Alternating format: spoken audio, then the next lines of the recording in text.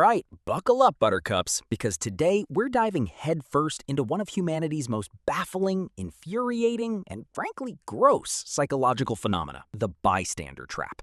You know it, you've seen it, hell, you've probably been it. That moment when something clearly, unequivocally awful is happening and everyone just stands there, like statues at a particularly awkward garden party. It's not just a minor inconvenience, it's a full-blown societal glitch, a collective brain freeze that can turn a simple accident into a tragedy, a minor injustice into a historic stain, and a perfectly normal person into, well, a perfectly normal person who did absolutely nothing when they probably should have. And trust me, it's been happening for centuries. We as a species are incredibly good at doing nothing together.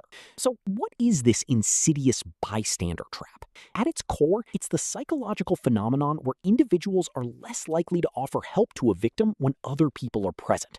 The more people there are, the less likely anyone is to step up. It's like a perverse inverse relationship. More eyes, less action.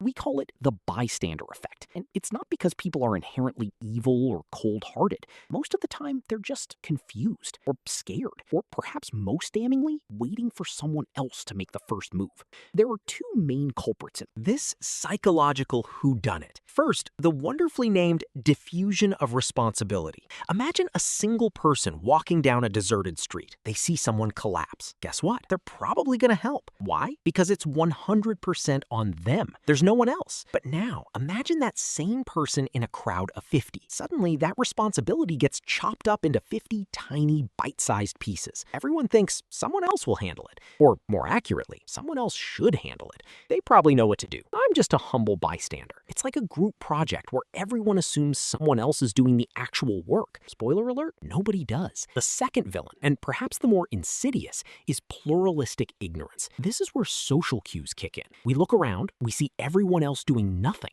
and we interpret their inaction as evidence that nothing is actually wrong, or that intervention isn't necessary. If no one else is panicking, we think, then maybe I shouldn't either. I don't want to look like an idiot. It's a silent collective agreement to pretend everything is fine, even when it's demonstrably not. We're all just waiting for someone else to break the spell, and sometimes that spell is never broken. This isn't some modern affliction, folks. Oh no, humanity has been perfecting the art of collective inaction since we crawled out of the primordial soup. Let's take a little trip back to ancient Rome, the Colosseum, a place of grand spectacle, architectural marvel, and, well, absolutely horrifying public entertainment. Imagine 50,000 Romans, packed tighter than sardines in a toga, watching gladiators carve each other up, or even more chillingly, watching criminals, or those deemed undesirables, being torn apart by wild animals. The air thick with the smell of blood, sweat, and cheap wine. A human being is being systematically dismembered for the amusement of thousands. And what do these thousands do? They cheer, they jeer, they give a thumbs down. They don't intervene. They don't even look away. Now, were all 50,000 Romans bloodthirsty psychopaths? Probably not, but they were caught in the ultimate bystander trap. The spectacle was normalized. The collective custom of the day was to enjoy it, or at least tolerate it. If you stood up and screamed, "Stop! This is barbaric!" you wouldn't be hailed as a hero. You'd be laughed at, possibly arrested, definitely ostracized. The sheer weight of societal expectation, of pluralistic ignorance, everyone else thinks this is fine, so it must be fine, was a psychological force as powerful as any legionnaire spear.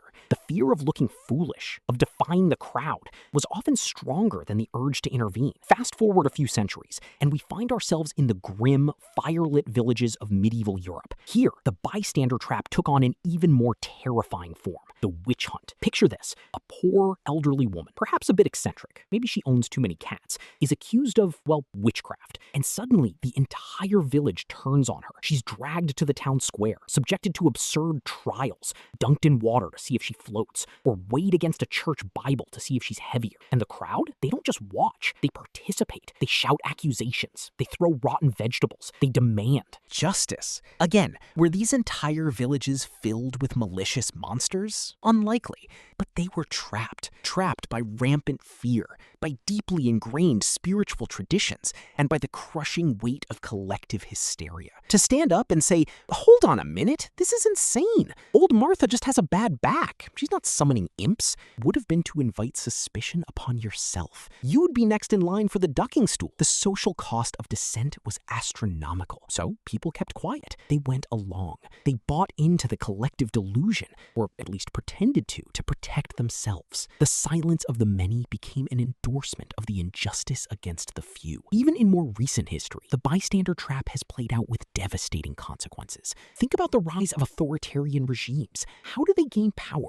Often it's not through universal endorsement, but through collective inaction. A small vocal minority pushes the agenda, and the silent majority, caught in the trap of pluralistic ignorance and diffusion of responsibility, simply lets it happen. Someone else will challenge them, they think. Surely someone else sees how wrong this is. And then it's too late. But let's bring it closer to home, because the bystander trap isn't just for ancient Romans or medieval villagers. It's for us, right now. Think about your last social media scroll. You see someone being relentlessly attacked in the comments section. A pylon, insults, threats, accusations. Do you jump in to defend them? Or do you scroll past thinking, well, someone else will say something, or it's not my battle, or I don't want to get dragged into this mess? Comment section with many negative comments and a finger scrolling past. That, my friends, is the bystander trap in its digital, hyper-efficient form. The screen provides an extra layer of anonymity, making it even easier to diffuse responsibility. And the sheer volume of comments creates an illusion of consensus. Everyone else is piling on, so maybe this person deserves it. Pluralistic ignorance, amplified by algorithms. Or how about something even simpler? You're walking down the street and someone drops their groceries. A bag of apples rolls everywhere. Do you stop? Or do you quicken your pace, hoping someone else will help? Or that they won't notice you noticing? We've all been there. It's an uncomfortable moment. That little voice in your head says, help. And another, louder voice says, don't make a scene. Someone else will get it. So how do we escape this psychological quagmire? How do we break free from the collective paralysis? It's simpler than you think, but it requires a conscious effort. Rule number 1, be the first. Someone needs to shatter the illusion of pluralistic ignorance. Someone needs to be the one to say, hey, are you okay? Or does anyone need help? Or this isn't right. When one person acts, it gives permission to others. It breaks the spell. It's like being the first person on the dance floor.